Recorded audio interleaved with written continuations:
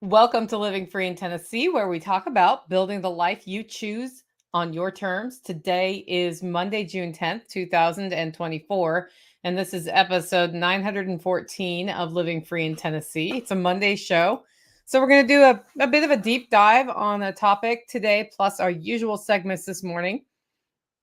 It's not morning, it's afternoon. Anyway, I'm going to talk about food preservation, an overview of food preservation, and some ideas for how to build it into your overall plan for your life and how to balance being super busy, but also wanting to have some of the food that you grow stay around longer than when it's ripe that day. Before we jump into today's show, though, I want to talk about our featured event, which is the Homestead Boot Camp at Haven Earth Trade School. And that's down near Chattanooga. The link is in the show notes. Ooh, I'm having a voice thing that just started. Anyway, links in the show notes, or go to havenearthtradeschool.net if you want to sign up. If you want to get a link directly to the event because you're having trouble finding it on their site, go to livingfreeintennessee.com. Look on the sidebar where the events are featured, and you can click that. It'll take you to that event. I do want to welcome our live stream folks today. I see we have Margot, Homestead Made Easy, and Rachel Brown. Rachel said, slap that like, guys, and she's counting and she's looking at you, just so you know. Just so you know. We also have two sponsors for today's show. The first one is discountmylarbags.com. It's a Tennessee-owned business that, well, his skill in life is figuring out how to source things in bulk for less and then pass on savings to you. Check out discountmylarbags.com.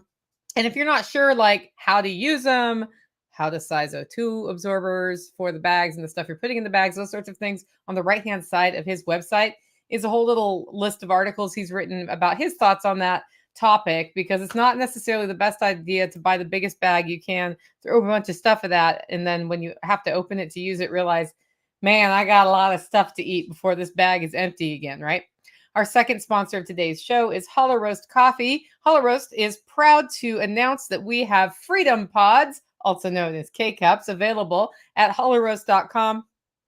Those are great for if you're traveling and you end up at a hotel and you want Hollow Roast. Boom, K-Cup, because almost every hotel now provides a K-Cup maker if you're going to use it. And also for those of you who are looking how to get Hollow Roast into your work coffee maker, if they have a K-Cup machine, really good. I was just over at John Willis's last week and he's like, those actually taste pretty good, Nicole. I'm like, yeah, because you guys gave us feedback on them that they weren't strong enough on the first test round. So I increased the amount of coffee per cup.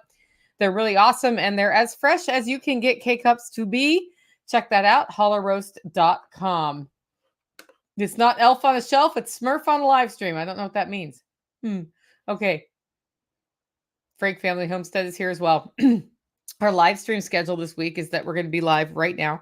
But also tomorrow at 12:30 p.m., I'm going to be live with John Willis from Special Operations Equipment and Bear from Bear Independent.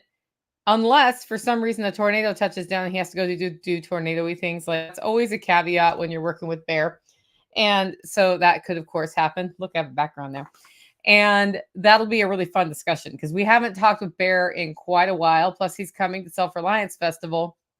So we thought we would have him on and talk about what that looks like. Wednesday is my last Wednesday interview show for a long time.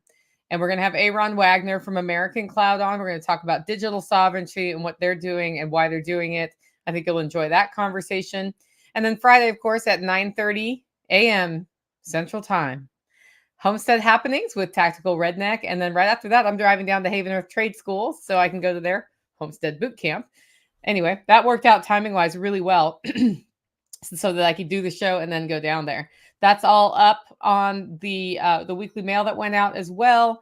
And I hope to see you guys on those live streams. With that, it's time for our first segment of today's show. That's Tales from the Prepper Pantry. This is where I talk about storing what you use and using what you store. It's so funny how this list has changed in the last 8 years. Because as my eating habits have changed, so has this list. And while I've always been a from scratch, not always, but most of my life, I've actually been a from scratch kind of liver. I always sort of cooked things from scratch, even when I was in the city, as much as possible. And although I did go out to eat a lot in my 20s in North Portland when I lived there, my late 20s, it was like 4 times a week, I'd go out to eat dinner. Like, imagine all that money could have gone into ingredients, but I guess I had fun. So there we go. That is one sure way to get yourself in debt, though, is if you're eating out all the time at expensive restaurants in North Portland. And I know it's hard to think, for those of you who know what North Portland was like when I first lived there, it's hard to think expensive restaurants in North Portland, but here we are. Anyway, that was part of my overspending problem that I had to change. And it was a habit that I had developed because I wanted social interaction. So it was like an emotional thing. And I could walk to the restaurants from my house and blah, blah, blah. Anyway, from scratch living has always meant that I need to have a decent pantry and have pantry management skills. Then when I moved to the country, it became necessary to have a bigger, deeper larder, right? Well, now over the years, as less and less processed food of any type is in my life, what I store is completely dinner, like a different than, wow, that was a good Freudian slip right there. Uh, it's completely different than what I stored even 5 years ago, especially as I've realized that I need to be on a more anti-inflammatory diet. And I eat primarily fresh vegetables from the land and vegetables I've grown here and put up or sourced from our farmer friends, and meat and eggs. That's it. I don't really I don't really eat a lot of homemade breads or anything anymore. In fact, my KitchenAid is at somebody's house on permanent loan until I need it next April again because I only use it once a year. So I was like, I'm going to sell it. And then we used it. And then the person reached out and said, "Can I buy it?" And I was like, "No, but you could just keep it at your house except for the few weeks of my workshop where I need it."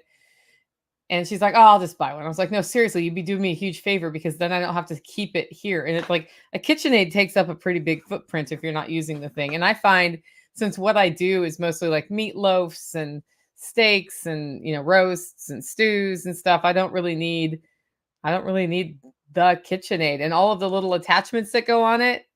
Don't really need those either. I sold those a few years ago, but I do need my food processor that chops food, because the KitchenAid food chopper is not as good as like the Hamilton Beach food processor, which I like better than the Cuisinart, because I find that the Cuisinart breaks too easy for my needs. Like, I'm putting onion after onion after onion through that when I'm doing like a big massive chopping of all the onions or something. Anyway, but that has totally changed how I interact with my pantry, especially like I used to go shopping once a month or once a week or whatever.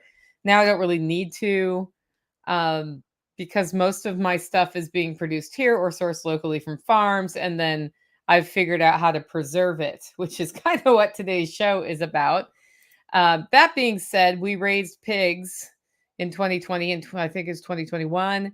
They were processed in 22. It is now 2024. And I have pork that's not eaten. So I'm integrating pork into 3 meals a week right now while we get through the rest of that. And last week I found a rib roast, which is basically what would have turned into pork chops had I ever gotten around to cutting it into the pork chops, right? And what I discovered is that a pork rib roast is delicious. I had it queued up like last week, the whole week, and then kept not getting around to cooking it. And then I think it was Friday, I finally was like, I just got to get this thing cooked or we're never going to eat it. So I put it on the smoker and I smoked it at 275 for like 3 hours or 4 hours, took the temperature. It was up to temp, threw it in my fridge when that was done and let it rest in there.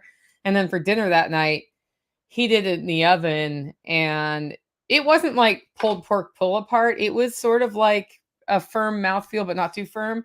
But man, it really absorbed that smoke really well. I mean, if I process my own pigs again, I'll probably do some rib roasts instead of the pork chops, because first of all, at my house, when I feed 2 people, I'm really feeding 4 people, because 1 people here is 3 people. 1 person eats for 3 people here. And so, when I do pork chops, it's a lot of pork chops, and they're good, like seared and whatever. But man, you just do the roast and cut it up, and he can take as much as he wants, and then we're good to go. We are still in bone broth overload in the pantry.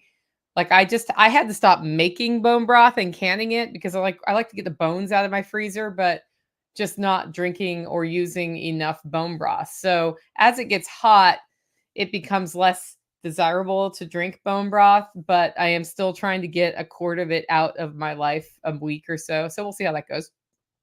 Now, if I still ate rice, then risotto would be the obvious choice right now. Just make risotto once a week. It's delicious. You use bone broth to for the rice to absorb, right?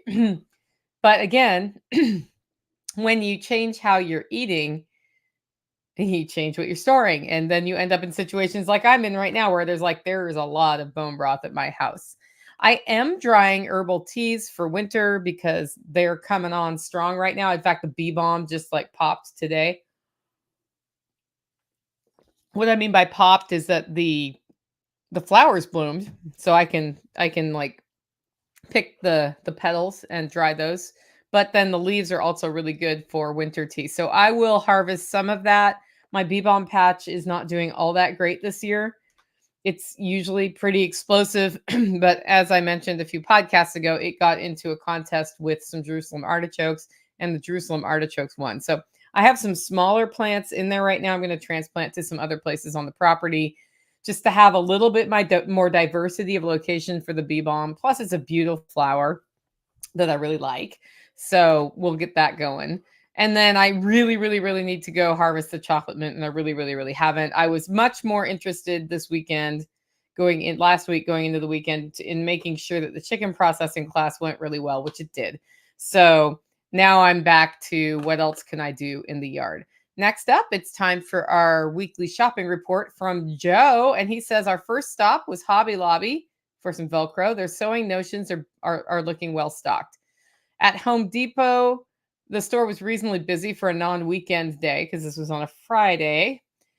And there's still no price tag on the 2x4x8. So apparently that Lowe's or Home Depot, I guess it is, doesn't doesn't care that the price tag's gone. Probably nobody knows but Joe here. Online, though, the price has dropped to $3.48 for a 2x4x8. Seems to me I've seen some stuff online suggesting the lumber market is collapsing. So we'll see. And that's actually kind of the fun of this, right? Is that we have the basic like insight when somebody says a market is collapsing. You can say, yeah, but when we went into this, 2x4s were $2.25, and so they're still like over $1 more, and it's collapsed, from $12 a 2x4, which it got up to. But where has it really collapsed? If we see those dropping below like 250, I'm going to start to pay attention to that market for sure. The last stop was Aldi, where we found everything we wanted. 70% cocoa, chocolate, cacao was back in stock, and it seems there was more bread than there has been in recent weeks. There was also more pork, and the cantaloupes looked good. Staple prices are as follows. Bread, 20-ounce loaf, $1.29. Eggs, $1.54. That has gone down in price. Whole milk, $2.83. Heavy cream, $5.29. That one hurts every week when I say it. Skane's Girl says 2x4x8 in her market was $2.99 at the local lumber yard. That's good to know. That's good to know. And hopefully, Skane's Girl, I answered your question about bee balm when I said you can harvest the petals and the leaves. The dried, like nasty looking leaves, don't harvest those. Anyway, so back to this. Heavy cream, $5.29. Orange juice is $3.29. Butter is $3.59. Bacon is $3.99. Potatoes, $4.49. Sugar, $2.99. Flour, $2.35. And 80% lean ground beef is $4.09 a pound. $4 for the cheapest ground beef you can buy. Whole animals still make more sense than buying it by the pound at the store with that price. Let me say it again. Whole animals make more sense. So I'm averaging $3.75 a pound on our beef for the whole beef, and that's steaks, roasts, grounds, like everything. And that means that I am well beating $4 a pound for ground beef, right? Because steaks are usually more than ground beef. Anyway, a gallon of ethanol-free gasoline is $3.59.9. Next one, Margot, I'm sorry, because I saw you were on today. This is a frugality tip, not from Margot, who still does not put a T at the end of her name. Anyway, this one, though, was incited by Margot. She told the person to sent it to me and they did not sign their name, so I don't know who they are. But I'm wondering if it's Mr. Margot. Anyway, quality cabinets are hard to find. Ask me how I know. If you have a Restore nearby, though, you can find some amazing buys. We were able to get a 14-piece set of wood-built cabinets. It included 2 tall units and another one with glass doors for $1,800 before taxes. Okay, so a Restore is the Habitat for Humanity's fundraising arm. It's kind of like Goodwill for building supplies, right? Where you can donate things to them, then they resell them. And then I think they have some deals with some like, hey, we didn't sell this yet sorts of things, right?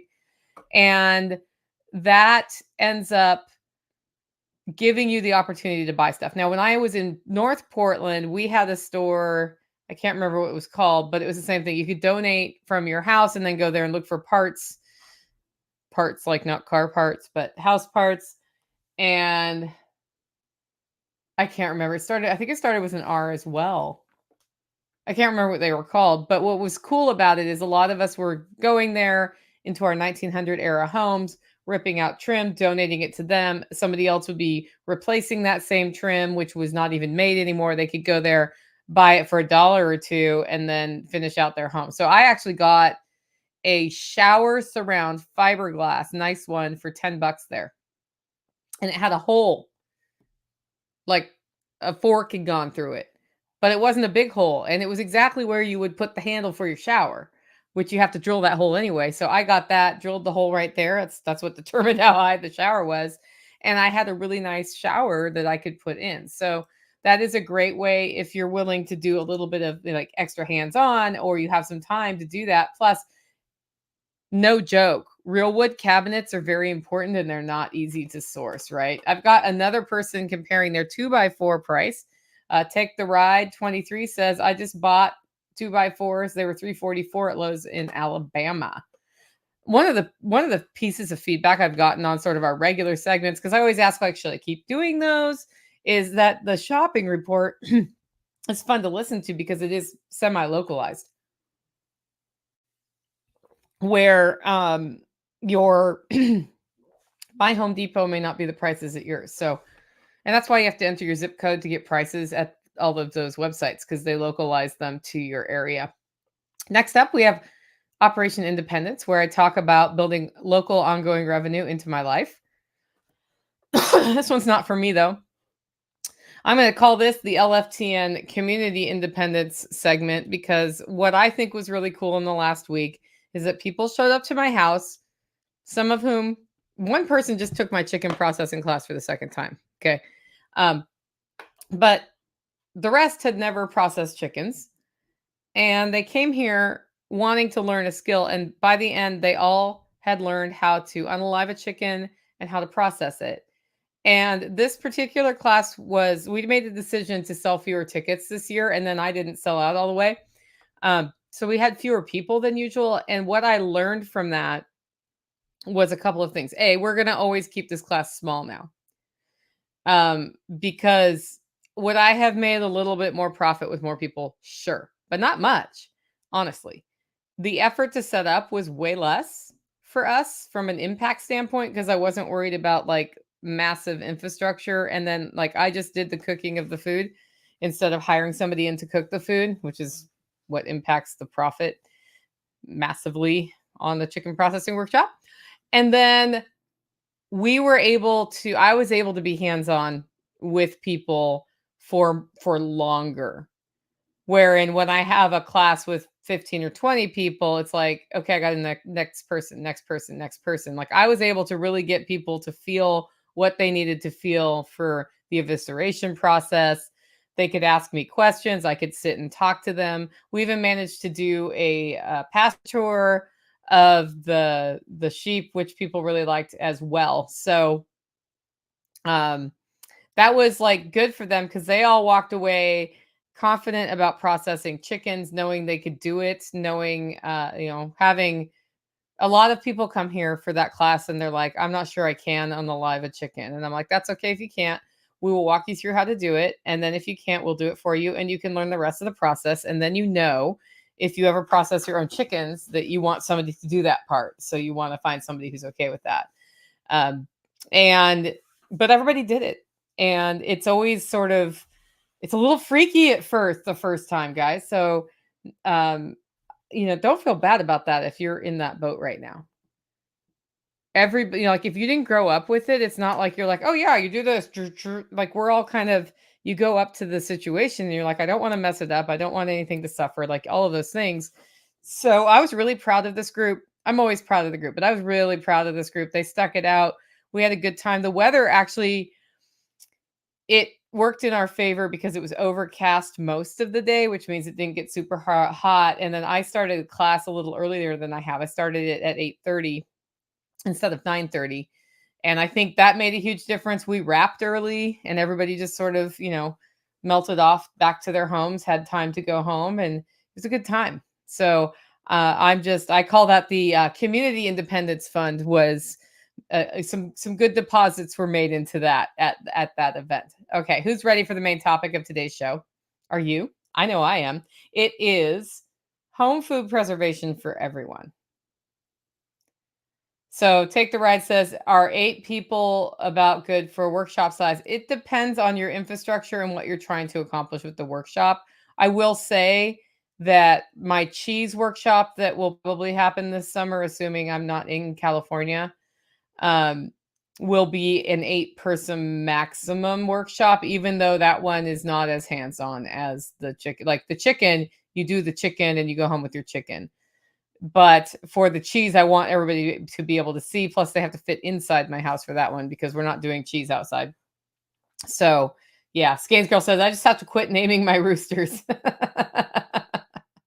Yeah, we talked. Tactical and I had we'll talk about it Friday, but we had a 4-hour long discussion about the homestead on Sunday rather than doing our stuff. I mean, we did some stuff, but not a lot. It was sort of a low key day.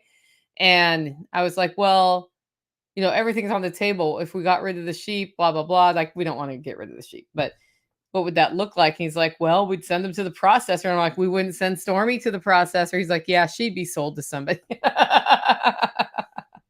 Anyway, home food preservation is so closely linked with homesteading that when I try to explain what homesteading is, and I really think it's a mindset, it's about getting value from your home wherever you are. And sure, if you have some land, that turns into growing vegetables, which is an obvious thing you can do on your property, or livestock, which is an obvious thing. And then the next thing you got to know what to do with that. You have to know how to cook with it. You have to know how to preserve it if you want to keep it. Like there's all sorts of skills that just come up. And, homesteaders traditionally who were just wandering out to a piece of land and expected to scrape out a living from it, right? They hunted, they fished, they foraged, they grew, they preserved. Like that whole lifestyle has been synonymous with homesteading, but it starts here in your mind. So as we transition into food abundance systems, so like the pantry's going from use it up to fill it up again on the homestead. That's like a seasonal floop that we do every year. I thought today would be a good time to talk about various food preservation methods and how to fit them into your life. Because a lot of you still work every day. And if you run your own business, that's work too. Just for the record, it takes hours to do businessy things. My hair is looking a little weird today. Anyway, so the fitting it into your life piece is pretty important. And so we'll talk about ideas on how to do that today. But anybody can preserve food. And food preservation is a tool that you can use if you are living in an area where you can't grow much food to keep your grocery budget under control, learn a skill, add security to your food stores, and also benefit from the health of having preserved something that's locally grown that you got shortly after it was picked, that sort of things, by sourcing in times of abundance and then preserving through the winter. So I think the most important thing about food preservation, though, is that you can spend thousands and thousands of dollars on stuff to help you preserve food, but you don't have to. You just don't have to. And we're going to talk about that too. So, and I have a little presentation-y slide thing. So there'll be some visual aids today, just so you know.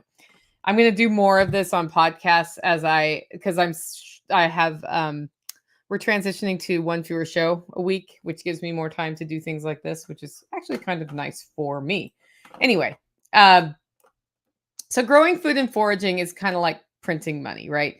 And we talk about that. Like if you take a cutting off a tree and you make another tree, you didn't have to buy the tree. So that's like printing money. Well, if that's true, then preserving food is like your savings account. You're setting up your food savings account when you do that.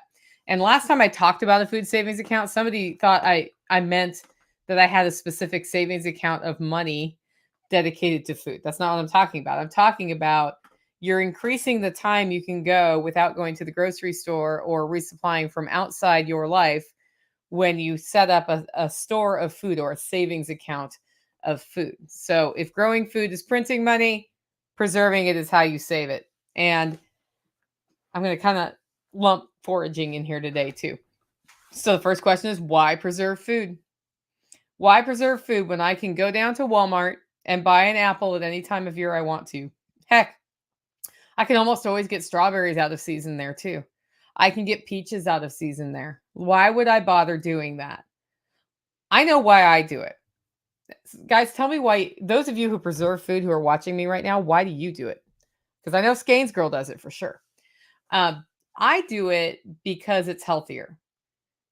And there are studies that you can look at that say the food that has been from like picking it to your table, the longer it takes, the fewer vitamins it has, right? But that's not what I mean by healthier. So that is one piece. Like if you preserve it right away, you maintain the vitamin density of it rather than if you wait 3 weeks and then preserve it.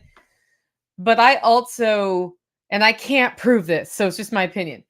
I also believe that the food that you grow on your land or that you source locally is more suited towards your needs.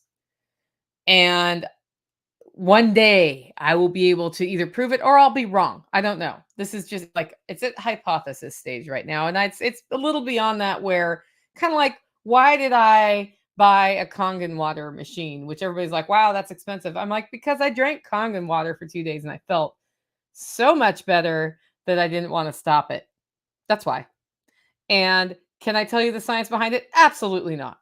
I can just tell you that this water bottle right here has Kangen water on it in it because my machine arrived, and it makes me feel better. Y'all probably didn't know I felt bad, but I had body aches all the time, and that's what it makes go away for me. So I've had body aches for 9 months without them ending, and I was tired of it. Very, very, very tired of it. So Skane's Girl says, I do it for health, savings, and hard times. So Skane's Girl starts on health too, right? The second thing is it saves time. So we have the same, she's saying savings, like saving money.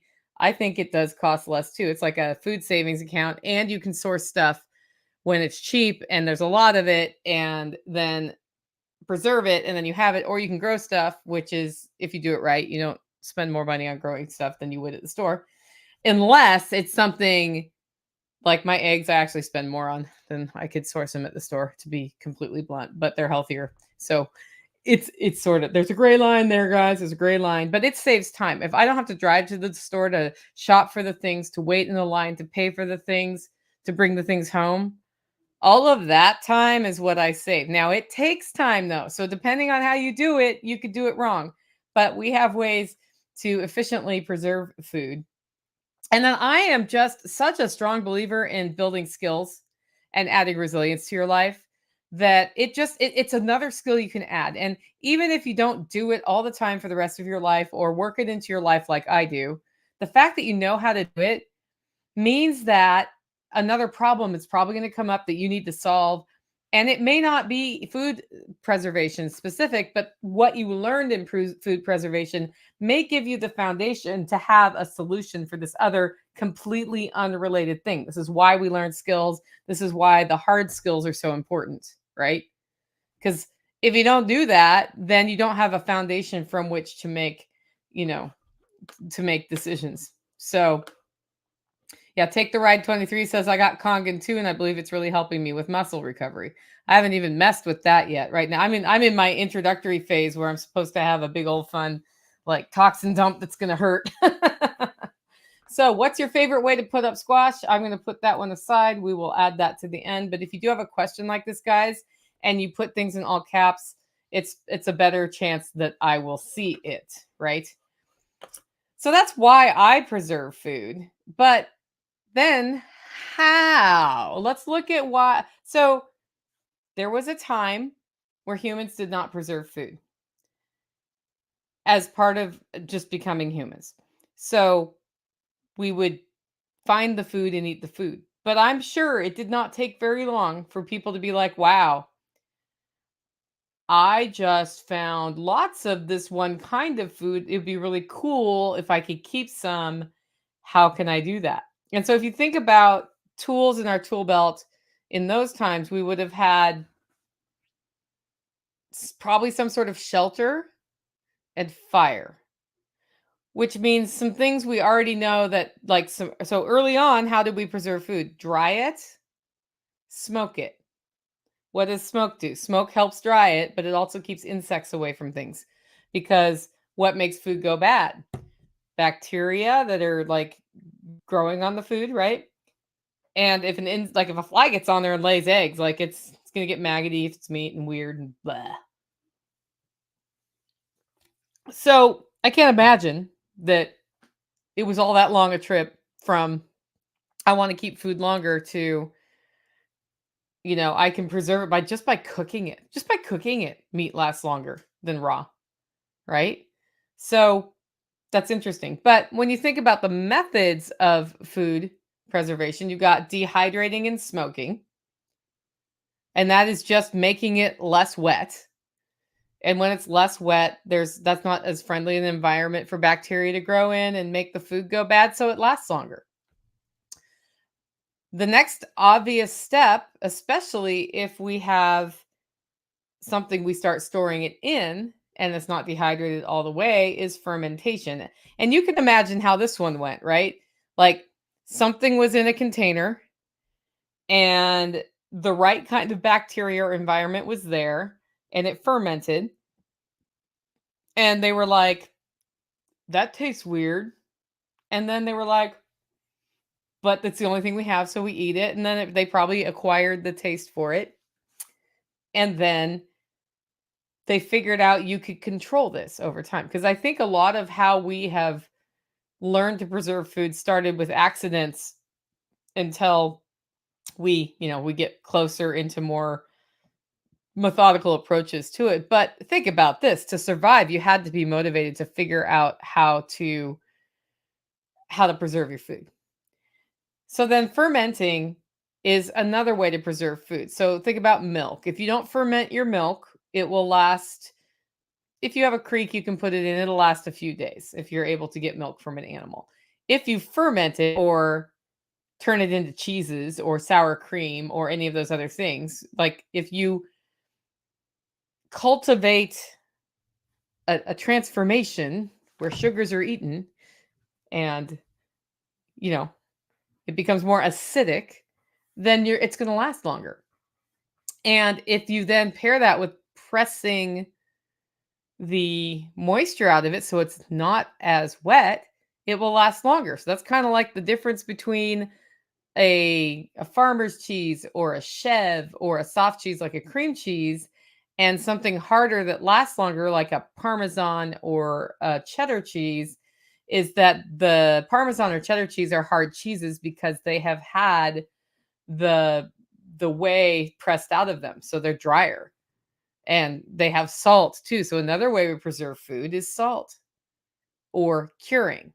I don't call it salt, I call it curing because there's other things we can put in there to cure it. And smoking helps us cure it too. Adds a delicious flavor as well. So curing meats and cheeses and all sorts of different things can help make them last longer. So you think about like a hard salami that is shelf stable. That's because it's been cured. And that's a combination of moisture has been removed from it. There's the presence of salt, which kills things, right? And then you have spices or smoke or any, and you might have a way to keep oxygen out of it once that's happened. When you cure a meat, often you're changing the pH of it to more acidic, depending on how you cure it, like a corned beef is a fermented beef. So you can start combining some of these methods. Um, Removing exposure to the air is a big one. So in the cheese world, what we do with the cheese before we remove the oxygen or the air from touching the cheese is we leave it out so it gets that, like when you cut a piece of cheese and then you forgot it was there and you come back the next day and it's kind of hard. Everybody's done that, right? Or is it just me because I'm somebody who forgets things? Or if you leave the cheese out and it's hard on the end and you can cut it off and it's soft, that's a rind. So we do that on purpose with cheese before we store them or age them. So we'll put it out with salt on the outside to keep bad things from growing on it. We've already pressed the cheese and then we dry it out. See how you start overflowing all these methods of food preservation to preserve your food. And that makes a hard rind around the outside and soft cheese in the middle. And then to keep oxygen out for a cheddar cheese, for example, you might wax it, use beeswax on it, and that keeps all of the air from touching it. Well, you can also do it with a vacuum seal bag, by the way. Has the same effect. But if you don't have that rind done and it's just straight up on the wet cheese part of the cheese, mold will grow. Mold will grow. And mold is something you would, unless you're cultivating a specific mold is something you're trying to keep off your cheese as a general rule. So there's that. There's removing exposure to air. The other way people do this is by putting things in oils. Now, here comes your first botulism risk. Well, that's not your first one because curing, you have a botulism risk as well. But removing oxygen's access to something can make it last longer because you don't have all the stuff in the air hitting the thing and making it decompose or, bacteria, whatever.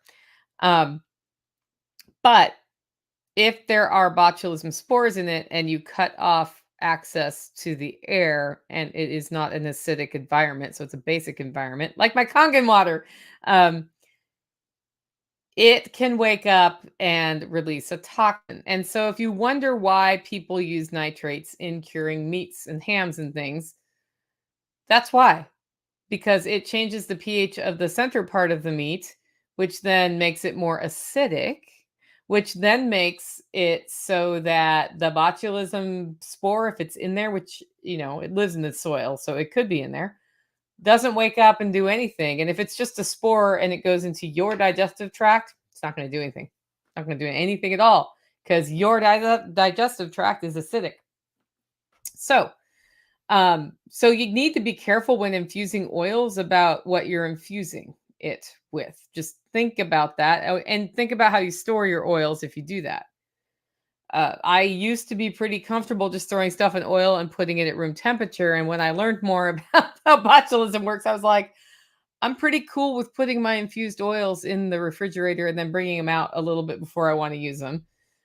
Even though, if you're very clean and very careful, very unlikely you would have anything of the nature of a botulism spore in there. But still, I like to be very, very careful.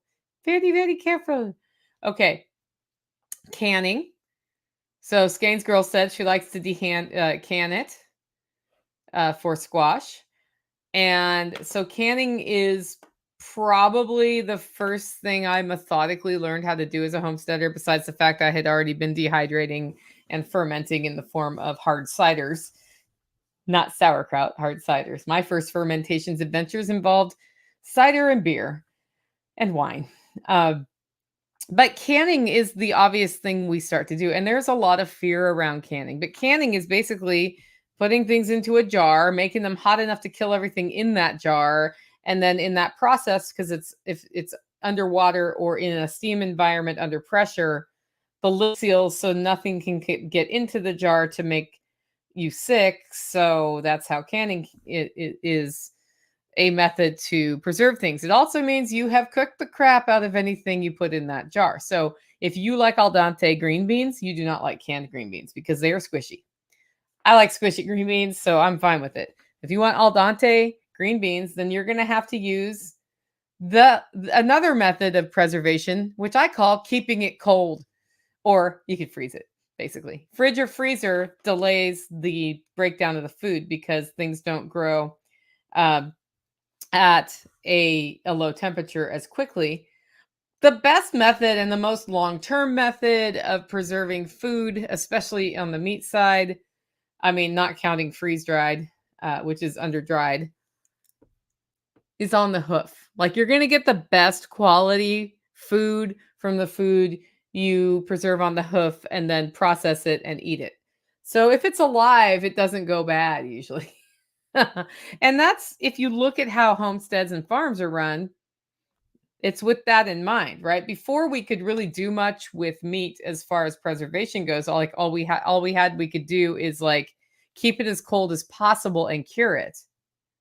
Because canning didn't really exist yet as a thing. And then when canning did exist, um, they had to experiment through killing people on how to process meats ultimately, if you think about that. Like, that's how they learned that. It was like, "We'll try to do this. Did it work? Oh, like, inexplicably, people are dying. Why are they dying?" Eventually we figured out why. It took us a long time to figure out why from when canning started to doing that. But with meat, the best way to store it was in the smokehouse or cured like salt pork, or you would kill your pig, and if you were a farmer who sold things, you'd sell the fresh meat immediately to the people who could afford the expensive cuts, and you would keep the less expensive cuts, and you would preserve what you could preserve, and your neighbors would buy some, right? Like, you went through this whole thing. And that's a that's why you end up with these seasons of things. Like, it is logical to process your animals in the winter when it's cold, because you're processing them in the cold outside. Stuff can't grow because the air is cold, or stuff doesn't, depends on how cold the air is. At least it's growing slower than in like right now in the middle of July. I always find it funny that we're doing our chicken processing class in June when it's hot, but at least with a small, like with fowl, you can get that thing dead, processed, and into some way of cooling or into the oven cooking pretty quickly. Like, I showed folks at the class how to hand pluck, and I was like, "This is how you hand pluck," and you just like go for it. The thing I found most amusing in that class was that showing people how to eviscerate and process them um, took me probably 20 minutes or 25 minutes as I'm explaining everything. And when everybody was gone and we dumped out the ice bath cooler, it turned out, no matter, even though we checked very carefully, that under all the ice, there was in fact one chicken left and everything had been cleaned up. And like, the body language of the holler neighbor who found it was like, "Oh, we have to do one more chicken." You know what I mean? Like, because we were all cleaned up, like everything's sterilized.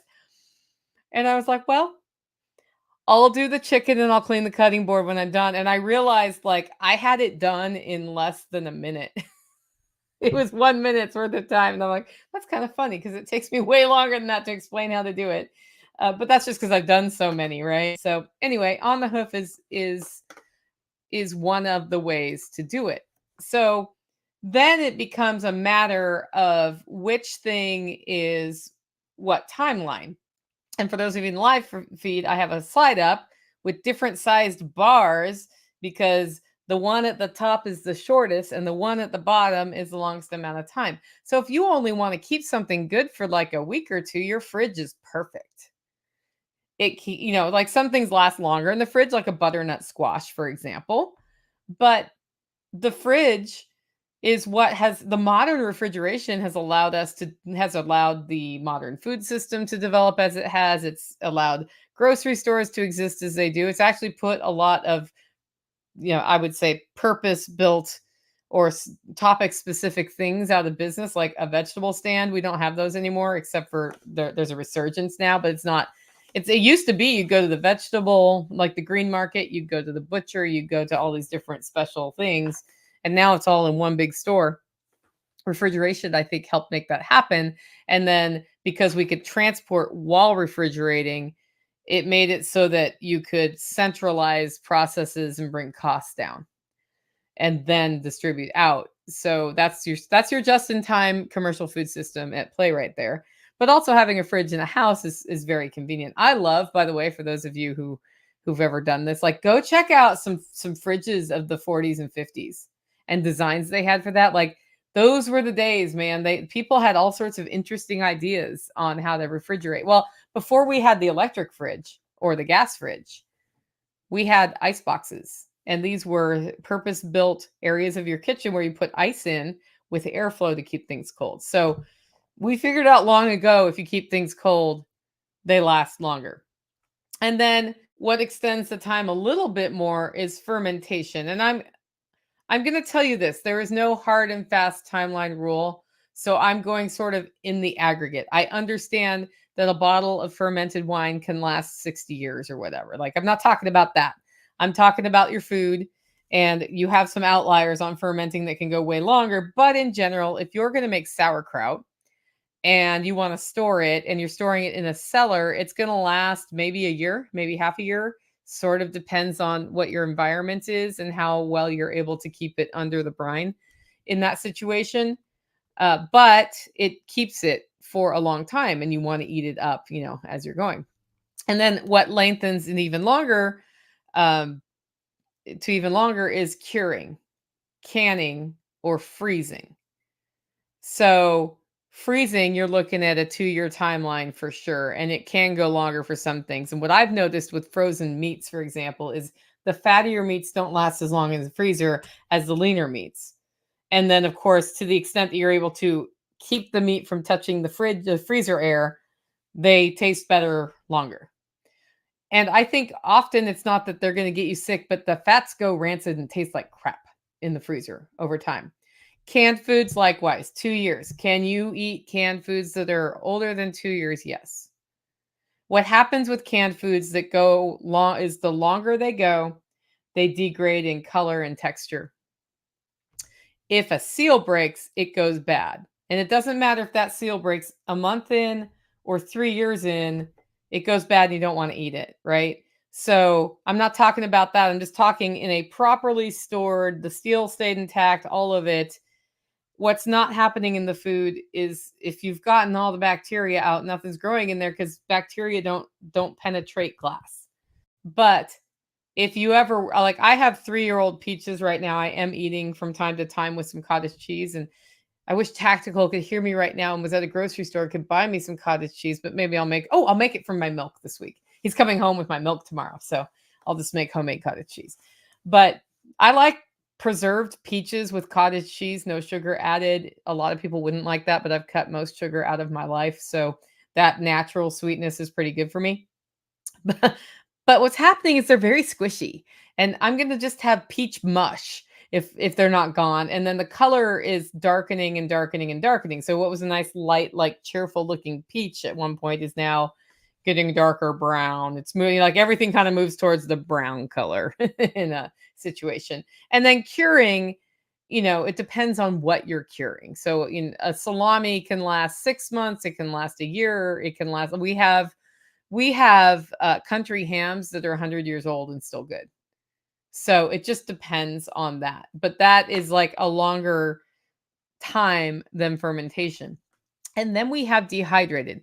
There is a reason that early on you would think drying and smoking happened first. Well, if you hang up your okra and like thread it by your wood stove or whatever, well, I guess you wouldn't do that in the fall, but you know what I mean? Like hang it up and it has good airflow, or make like a sun dehydrator or whatever.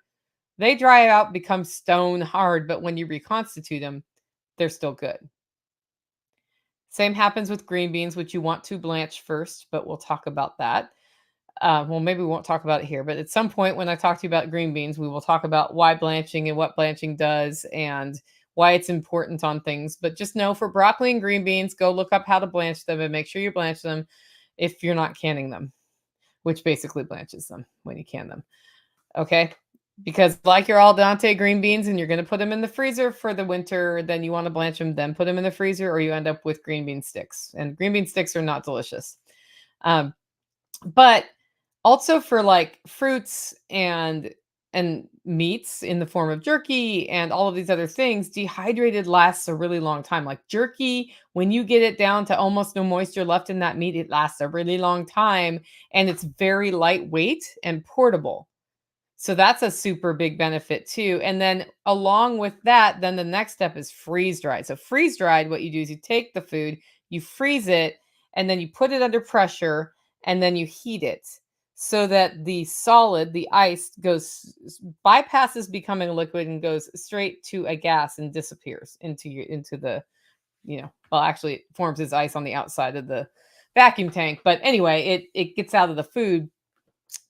That stuff lasts, decades, decades. And I'm sure it lasts longer than decades. They just always have to put the timeline on things. It's kind of like canned food. What'll happen to it over time is it will disintegrate into powder and change color and all sorts of different things. So those are the preservation methods. And then, of course, the longest thing you can do for food preservation is keep it alive in your field and then let it reproduce and make other alive things. And then that becomes a perpetual motion machine right there. I like perpetual motion machines when it comes to food production and storage, just for what that's worth. But, not everybody wants to just process something when it's time to eat. So then we go back to keeping it cold, curing it, fermenting it, all of those things. So that is the timeline. So what works best for what? And this kind of goes to what's your favorite way to put up squash? My favorite way to store squash depends on the kind of squash. So if you're talking about winter squash, I don't can it. I put it in my prepper pantry, which is a semi-functional as a root cellar. Although if I didn't have one, I would put it in my house, which is what I did this year because I didn't have access to mine. And I have made sure that I cure the outer rind of it, like the skin, so it's nice and hard. And I have found that butternut squash and pumpkin and that sort of things, in general, if they don't freeze, last in my root cellar until April, May, June. In fact, I think we have some butternut squash in Base Camp's basement that was harvested last October that is still good. Now, some of it goes bad over time. If you're going to manage it that way in a root cellar, which is, by the way, guys, keeping it cold. That's what the method is. You have to check on it. And if you don't check on it, one thing going bad makes everything go bad.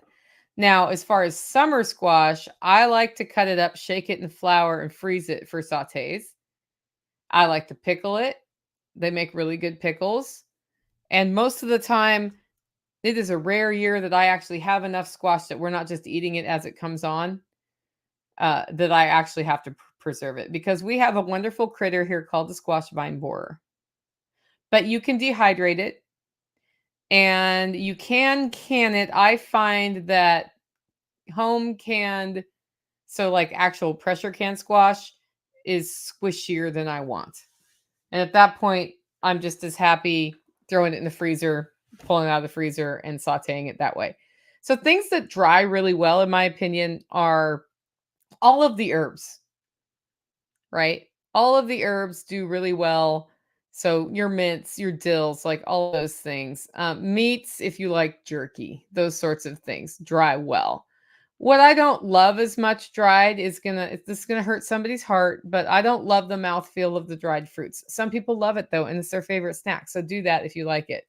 I'm not a huge fan of the dried green beans, but some people swear by them. I would, if I'm not wanting them canned, I'm gonna probably freeze them after blanching. That's what I would do. Of course, grains like corn and all that stuff, those dry well. Like beans, like the actual beans that you make into bean stew or whatever. Those dry well, and they reconstitute well, and it's actually pretty easy to cook them that way.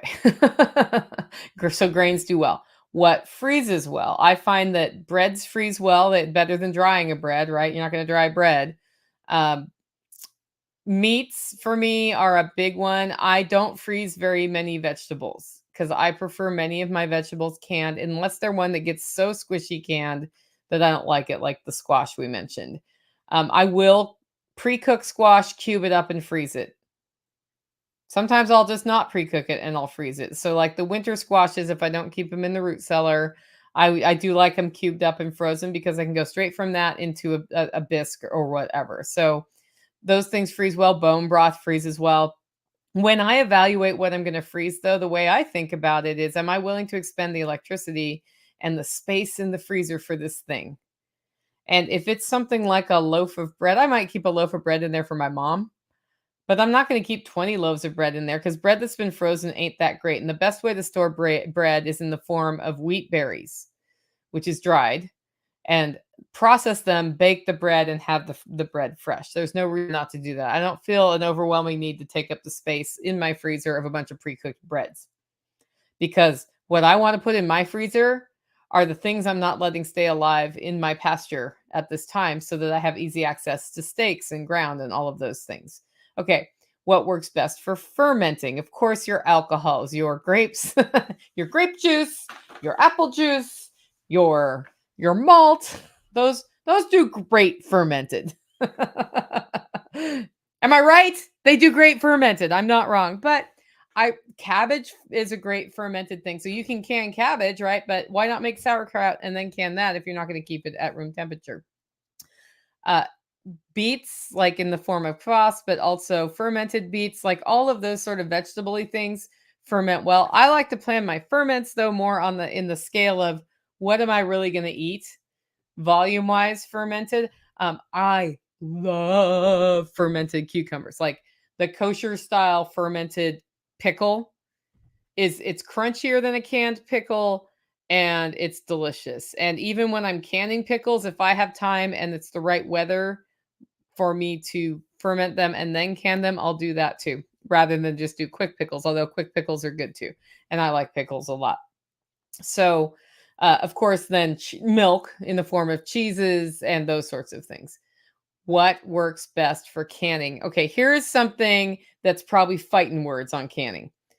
I am not a big fan of the canning recipe, by which I mean there are approved recipes online for things that you can, like soups and stews and spaghetti sauce and blah, blah, blah, blah, blah, blah, chili. Um, because I'm a from scratch cooker, the problem is it takes a lot of effort to put that all together and then can. And then what if on the way out of the jar, that's not the thing I want with those things in the jar?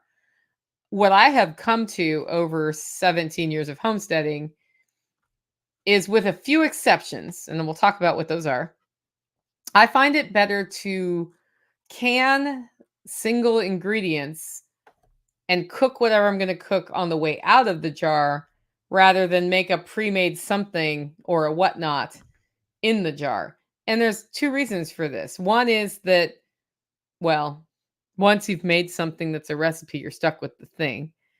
And well, there's three reasons. Two, my recipe and the approved recipe may not match. And if my recipe is going to change anything significant about what goes in the jar, then I don't have a good processing time for it. And I'm guessing. And for a low acid thing, I don't like to guess. And then three, it's not like you're just going to pop the jar and eat it. So what people are thinking is, I'm going to make the stew. I'm going to pop the jar in an emergency and just eat out of that jar. No, you're going to pop the jar, you're going to boil the thing, and then you're going to eat the thing if it's a low acid thing. Because the smart thing to do is hedge your bet on that one. And just in case something did wake up and make a toxin, like our friend botulism, you want to boil that long enough that if there was any toxins in there, they break down into their base elements. This is not an excuse not to can things the right way. Best practice is, since we know what botulism is now, can it in a way that will kill the spores. But the temperature we bring them up to with a pressure canner is like right at that temperature. Commercial canning, they take it above that temperature. So just in case one got through, boil it on the way out. And I think why, like a couple reasons people don't get sick with this much, even if they're ignoring the rules. Two reasons. One, there's actually not a super high chance that that's in there unless you were dragging, like rubbing all your stuff in the dirt. So like something like potatoes or carrots more likely to have it than your leafy greens that never got soil on them, right? Well, you're not going to can your leafy greens. So your green beans that never got soil on them or got very little, and you washed them well, and you canned the best ones, and you canned them fresh, right? The second reason is people who use old methods that are outdated and um, ignoring how botulism works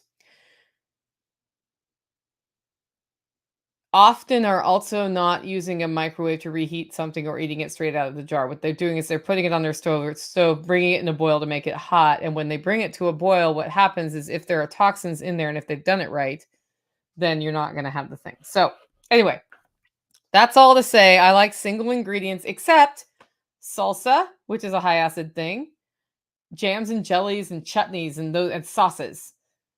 Those, of course, we make into the sauces. I don't, though, do spaghetti sauce because I've decided that I can't commit to spaghetti sauce. I have a commitment problem, and I can commit to making tomato sauce, and sometimes it's spaghetti sauce, and sometimes it turns into tomato soup, and sometimes I'm using it to add to a roast. But if I just make spaghetti sauce, then I'm like married to spaghetti sauce, and I don't want to marry spaghetti sauce. So that's how I like to do it. So I love canned green beans because I do like the mouthfeel of them.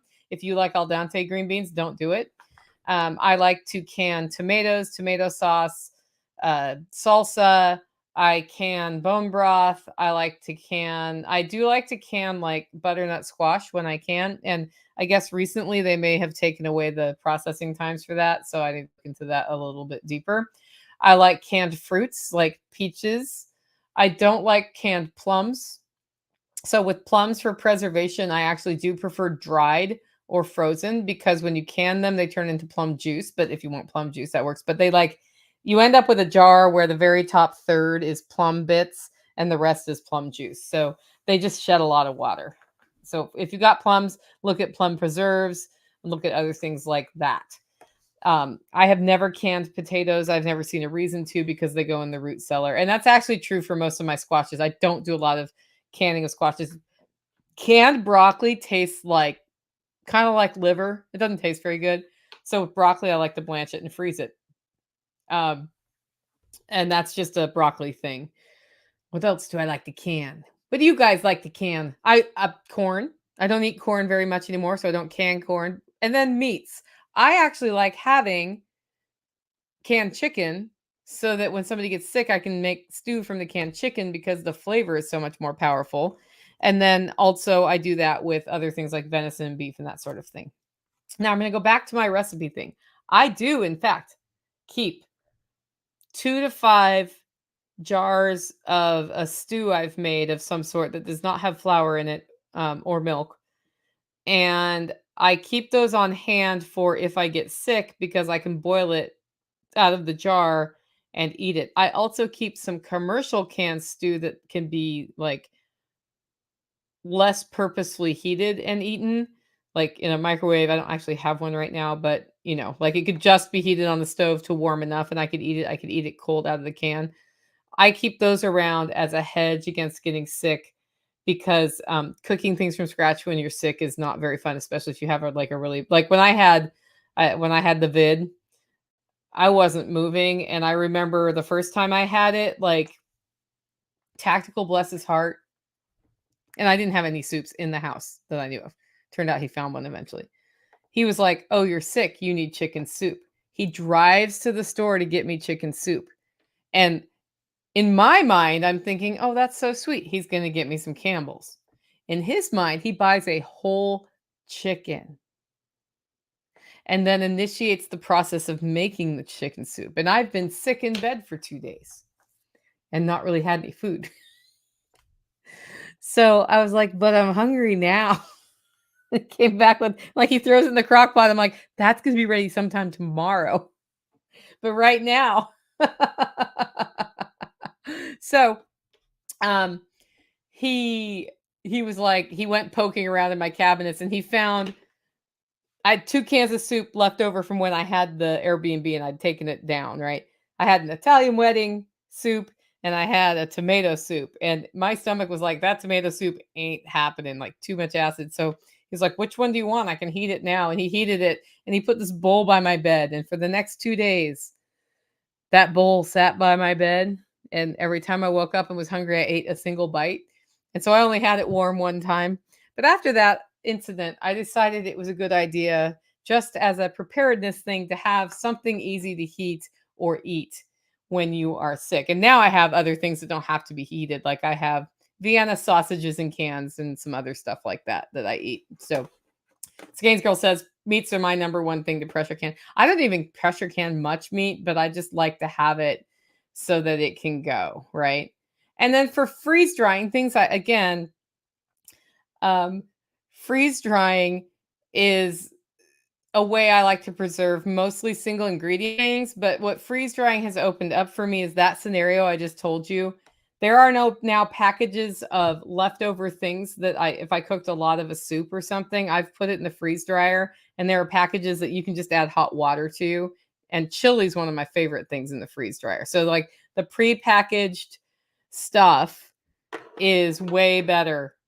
I'm not the prepackaged stuff is not as good as the stuff that you've made at your house, and you can um, take care of that. So, and then of course on the hoof, which we have some friends on the hoof, including a guinea pig there, which my friend David isn't here, so the joke is lost. On the hoof is great, and then other things that I would consider sort of alive. That's why I don't always say on the hoof. I say alive is like lettuces and plants of that nature that you can keep alive all winter long is a great way to just to preserve lettuce, because you're not going to can it, you're not going to dry it, you're going to put it in the fridge and hope it lasts a long time. And the key to keeping lettuce crisp is to have it in a moist environment, but not sitting sloppy in water, right? So that's why you'll like I have a container that allows a little bit of water in the bottom to drain off or whatever and keeps it sort of like a crisper. But the cooling helps. But if you find yourself in the summer with a lot of lettuces to keep before you need to go to market, you can put them in a cooler without cooling the cooler, like in a cool place, and close the cooler and have them just up off the bottom a little bit. So any moisture that came through, and because it's not just drying out in the air, they stay crisp pretty well for market. And that's, sometimes you can put a wet towel in there or something. It's one of the good ways to do it. So from here, we want to create our food preservation plan. And how do we do this?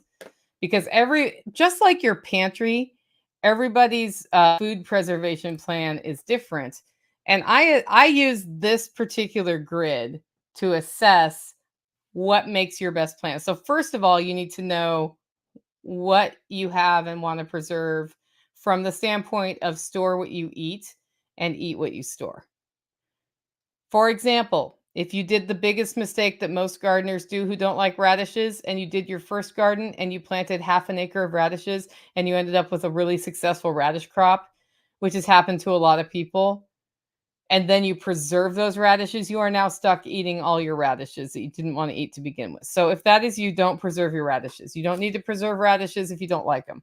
Do not can foods you don't like the taste of, unless we are in a situation where you might starve if you don't eat every scrap of food you can produce, in which case you don't care that you don't like how they taste, right? But in general, don't put the effort in if you didn't like it to begin with. Canning it, drying it is not going to help you. Fermenting it might change the flavor enough you like it, but then that's a whole different story. So there are those of us who have money and those of us who don't have money. That's two things. And there are those of us who have time and those of us who do not have time. So if you have no money and you have no time, then it's time for you to assess your life and perhaps take my 3 Things webinar series and get the book when it comes out and start building a life that allows you to free up something. If what you have is no money, but you have time, you can use that to provide a service to people to get things preserved. You can build it. You can actually use that to make abundance in your life without growing the food, because people who grow the food are usually not the people who have no time, or who are not usually people who have time. They're busy growing the food. If you have money and no time, you can make a little time and you can use your money to invest in some automations to make food preservation better. And if you have both money and time, congratulations, you're in the best possible place. And you probably know how to make systems for things for that to happen, for things to happen once you prioritize something. So you want to take a systems approach to your food preservation. And then you look at your list of what you have, what you eat, how you prefer to store it, and what percentage needs to be there. And then you make your plan, like what is dehydrated, what is frozen, what you keep alive, what is fermented, what's cured, what's canned, what's freeze dried, right? And you do that based on your needs for your family and yourself. This preservation plan is pretty close to what my world was like about a year ago, where about 10% of my stuff is dehydrated, and I separated out dehydrated from freeze dried. Another 10% is freeze dried. What is happening to my plan right now is that freeze dried percentage is getting bigger because I'm integrating a little bit more, and what's getting smaller is canned. So then 20% of my food is canned. Actually, last year, closer to 30%. Cured was 5%. That's going up too as I get better skills with meats. Ferments, I would say 5% is correct. 20% alive, that's probably gone way up. And then the frozen is 30%, right? So that was about how I was doing it now. I am now increasing what we keep alive and reducing what has to be in the freezers. Like I've had one of my freezers just not plugged in for a month and a half now. I just plugged it back in because it's a fridge freezer combo and we used it for the class. And now I have it like freezing the chickens from the class from Sunday or from Saturday. And then I'm going to move everything from one of my freezers into it and let that freezer defrost and deep clean it and vacuum out the coils and all that stuff.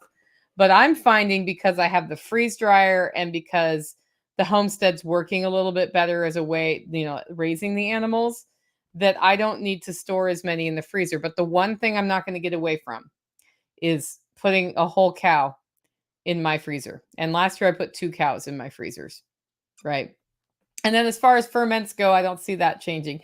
But that freeze dryer is affecting the percentage of what I can, with the exception that I prefer my green beans canned. But I've eaten other people's freeze dried green beans. I haven't done it myself. So this year I'm going to do some batches of freeze dried green beans in different ways. One way is with some salt and some spices on them and see if I like green bean chips. Yeah.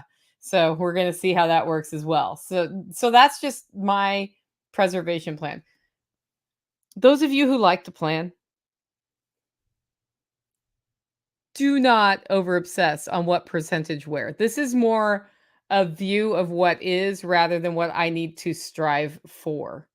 And once you know what it is, then you have an idea of um, how much to put where, how much effort to put where, and when you have finished. Because the other mistake we make when we get into home food preservation is you have so much abundance of something that you can't, like we call this incident that happened in my house, Corn-mageddon.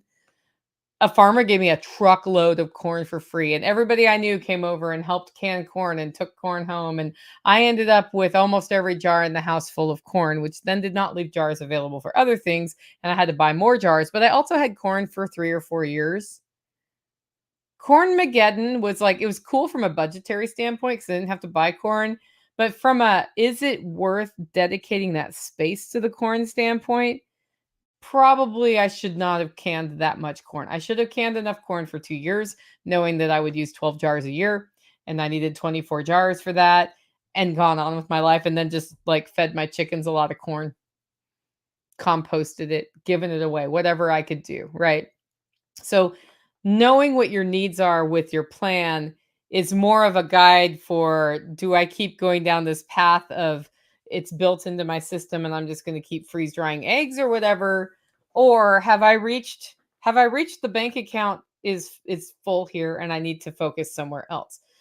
Cuz you don't want to just keep going on a thing and then end up not doing something really important like making your bacon or fermenting the sauerkraut for the winter or those sorts of things. Like you want to make sure you have space for that. And if all you do is just, no matter how much abundance comes, preserve the one thing too far, then you're going to end up in a harried, frazzled situation where you're also trying to get the important things done, like making your sauerkraut, which right now we're about to start getting cabbages from farmers, and it's time to make summer sauerkraut if I'm going to. But I'm looking at the temperature thinking, if I make sauerkraut, I've got to do it in an air conditioned environment right now. And I'm probably going to wait till fall cabbages to do that. Because I think I have enough sauerkraut right now to get through the summer just from a I like to eat it standpoint. And while I probably will be able to source from cabbages for a really reasonable price right now, I find that June fermented sauerkraut doesn't last as long. It also ferments a little faster than I'd like. The flavor's not as good. So I'd rather wait till September or October and ferment cabbage in a cooler environment, even though I'm always doing it in my house. My house just kind of gets warmer when it's warmer out, and it gets colder when it's colder outside. It's a natural part of it. So that's my thought on that. So that's the preservation plan. So let's talk about preserving on a budget if you haven't really gotten into preserving, and supplies. The thing about food preservation, and Skeins Girl I'm sure knows this, is that I'm sure Beth Emily does too. You can go down this rabbit hole and you can spend a lot of money before you even know if you like to do it. But there are tools that can enrich your life. I have on the slide in front of you a picture of a crock pot. Now, some people think crock pot food is just a bunch of BS, but I feel like making a beef stew in a crock pot that's then ready at the end of the day, or a chili or something, is a brilliant use of my time, because I can do my work all day long. And when I get done, I make a salad and I serve the chili and we're done. And it just made dinner really easy. And that's a way I automate myself. So I just spend 15 minutes cooking instead of an hour or two every day, right? So thinking about your lifestyle and how you can use tools is great. And a crock pot costs what, like $40 these days? They used to be $10. You can get a used one for 10 or 20 at Goodwill right now. You can get them online new for less. They go on sale. Likewise with a sous vide. That's a huge time saver. Now, but how does that save you time for food preservation? Well, if you want to make your cheese because you're getting a good local milk source, the sous vide is a great tool to keep your milk at the exact right temperature, and you don't really have to think about it, which means you can do things in between checking on it. And that helps you get more things done. If you take the Joel Salatin webinar, we're talking about 20-minute. One of the things he does is has this list of 20-minute farm projects, so that when you have just 20 minutes or 30 minutes between finishing a big thing and lunch, or finishing a big thing and it's time to start the next big thing, you can knock those out. Doing cheese gives you a series of 20-minute project windows if you're able to walk away. If you're controlling the temperature with your stove, you got to just stay there. You just got to stay there. So automation can really help you if you're one of those people who doesn't have a lot of time, but it costs more money. Like you got to buy the sous vide machine, right? Canning stovetop takes more time than using something like the Presto electric canner, pressure canner. And so the Presto electric pressure canner is like $300 or $400. The Presto stovetop, last time I looked, was $80. It's probably $100 now. But here's the thing. If you don't know if you like canning, I wouldn't even spend $100 on a canner. What I would do is ask my network, does anybody have a pressure canner, and can I borrow it, or can you show me how to use it, or whatever? And I want to can some things, or can I bring stuff over to your house and can there, or whatever? Go through the process of canning, decide if you like it, eat the food, decide if you like the food, and then decide you want to put money into it. Because while that electric pressure canner is a time saver, if you don't like pressure canned green beans, and that's the only thing you were going to can with it, you just spent $350 on a thing that you now cannot sell for $350 that you don't want to use and you don't like it. I know somebody who did that. They got into canning, or they got all the canning stuff, canned for the first time, and they're like, well, that's no fun. Know your lane, find your lane. And if what you like doing is growing food and not preserving food, find somebody like me who loves preserving food, form a partnership. It totally works. That is why we work better as a community than alone. The freeze dryer is a huge time saver for me because I don't have to do a bunch of meal prep now when I go out of town. I can just grab some freeze dried meals and I'm good, right? The food processor pictured there. If you're going to do sauerkraut, it takes me 15 minutes to get sauerkraut ready with a food processor. It takes me half an hour to 45 minutes to hand cut it. Hand cut, my mom swears is better just from a shape standpoint, but I'll tell you what, 15 minutes versus 45, I'm going to go for the food processor every time, but that costs money.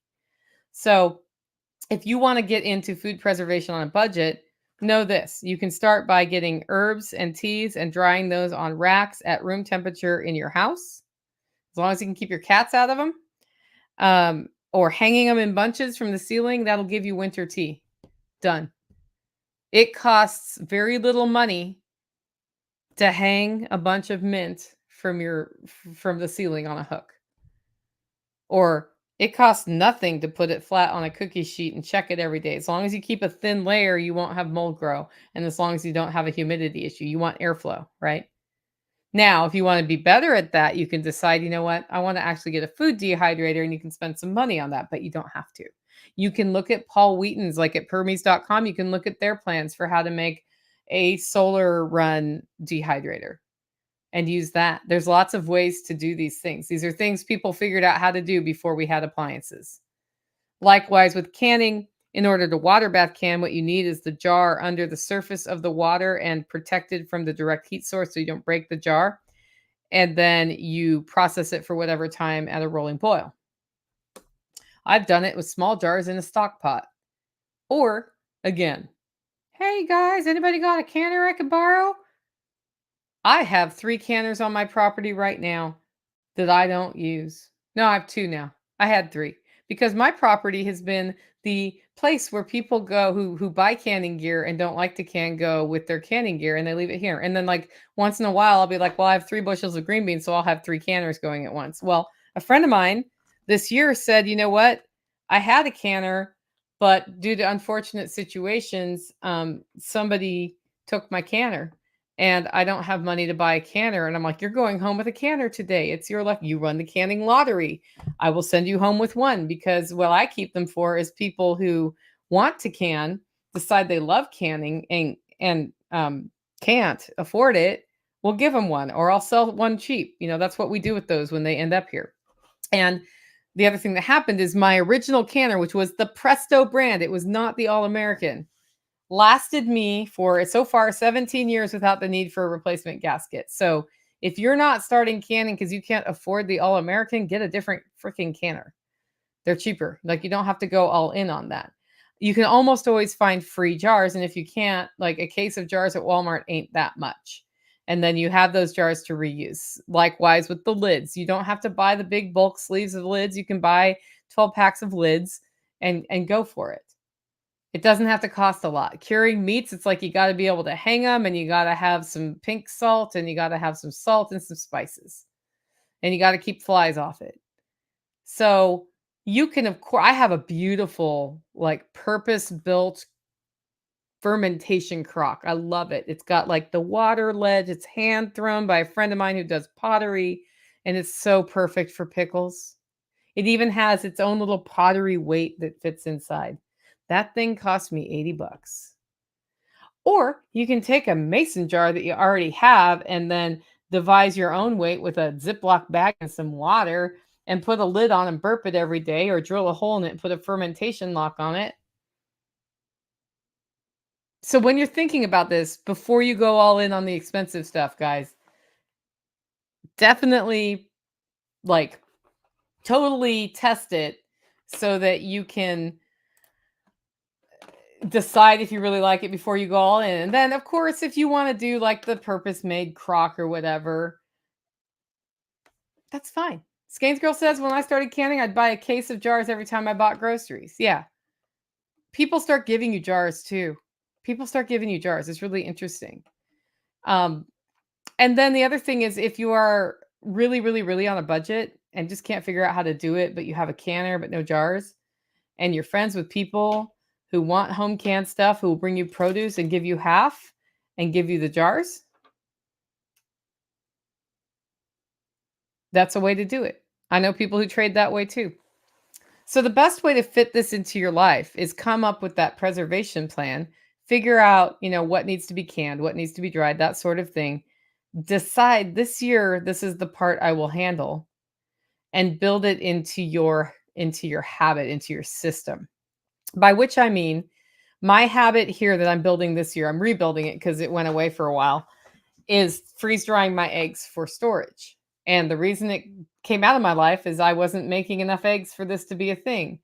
Well, the way that works best is after dinner, having enough energy, which means dinner has to be early enough that I have energy. I crack eggs and I freeze them.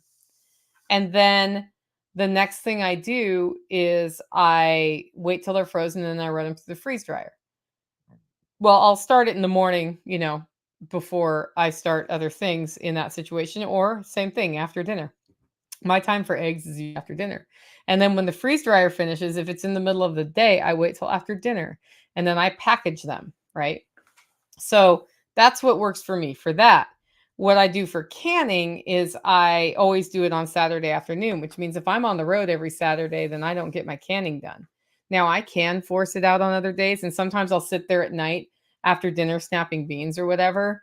But in general, I'll go to the farmer's market on Saturday. I'll decide what I'm canning. I'll start Saturday afternoon and I'll do more canning Sunday morning. And just by knowing that's what I do, and I'm like listening to podcasts or whatever, knowing that's what I'm going to do gets the project done, gets me enough food that like we didn't have to buy green beans this year. I used the last jar of green beans like last week because I just sat there snapping beans and whatever. So the best way to do it is sort of build it into your week's schedule. And then if you are somebody who wants to pressure can and you have the electric pressure canner, that's really cool because you can just put the stuff in there, start it. There's one thing you have to do with it, depends on which brand you get. And it cans itself, which for me, what that opened up was if I want to can 5 jars of green beans at night, I can snap them after dinner and watch a TV show, put them in the canner, start the canner, go to bed, and it turns itself off. And if I wake up in the middle of the night to pee, I open the lid so it cools down more. Because what I've found is if I leave things in the canner all night, sometimes the lids fail more if I don't like open it up for them to cool off fast enough. But that's been a game changer for me when I've been really busy because I can do just 5 jars. The other thing it opens up is I can just do a small batch of soup or something like leftover soup and those sorts of things. So fitting it into your busy life is possible. You have to decide. And if you really want to do this, choose one thing this year. Like, I'm just going to dry my teas. Then dry your teas, and that's a success. And next year, you're committed to drying your teas again. And then you add another thing, and then you add another thing. So that's all possible. And of course, lastly, if you're really that busy that you can't and you're making a decent amount of money, make an arrangement with somebody to do it for you if you want home preserved foods. And the reason that I talk about this today, it's really funny because Jack Spirko did food sovereignty today, which is, I mean, I don't know what he said because it was so close to my show. I didn't watch his show, but I imagine it has to do with more localized, empowering small farms, that sort of like, how do we take our food sovereignty back, get the government out of our faces, that sort of thing. Part of food sovereignty is knowing what to do with your food.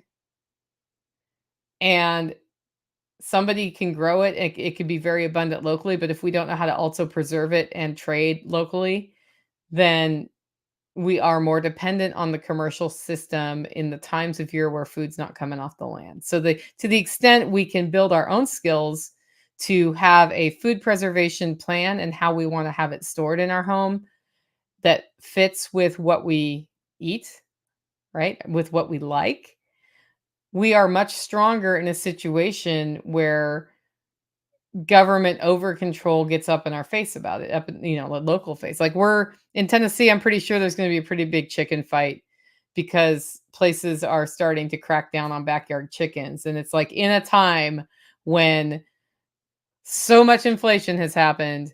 And one of the few things is if the grocery store shuts down is you can get 3 eggs a day from the 3 hens in your yard. They're talking about you can't have any chickens in your yard because they want to take that away from you. Don't let them. find, I mean, if they don't know there's chickens in your yard, but at the same time, some locals are pushing back. And the one place where you can push back and actually have influence is often your local environment. So that's, like your cities and your county governments will back off if everybody's like, oh, no, no, no, no, no, no, no, bad idea. So what has happened in Tennessee is every time anybody hears about a backyard chicken fight, like a lot of people get riled up about it. And I'm pretty sure that people will show up from all over the state at this point. That's important because that helps keep control in your hands, and that's where you want it to be. Anyway, if you like the show and want to support the work I'm doing here, you can do it in two ways. One, get your coffee at hollowroast.com. Two, consider becoming a member. Our member webinar in June is the Joel Salatin Time Management from the Homestead. And I think I'm gonna say the date wrong if I don't go look at it right now. But it is on the website right now. It's $45 for that webinar. And if you are a member, it is included with your membership. So that's over at livingfreeintennessee.com. And the class itself is going to be on Wednesday. So last Wednesday of June at 12:30 Central or 1:30 Eastern, and that is June 26th. So he'll be with us for an hour. He's going to give a presentation on how he does time management at Polyface and what we can learn from that, like his method. And he's put a lot of thought into this. And then we'll be opened up for questions if you're able to be live on the webinar. So check that out, livingfreeintennessee.com. With that, guys, go out, make it a great week.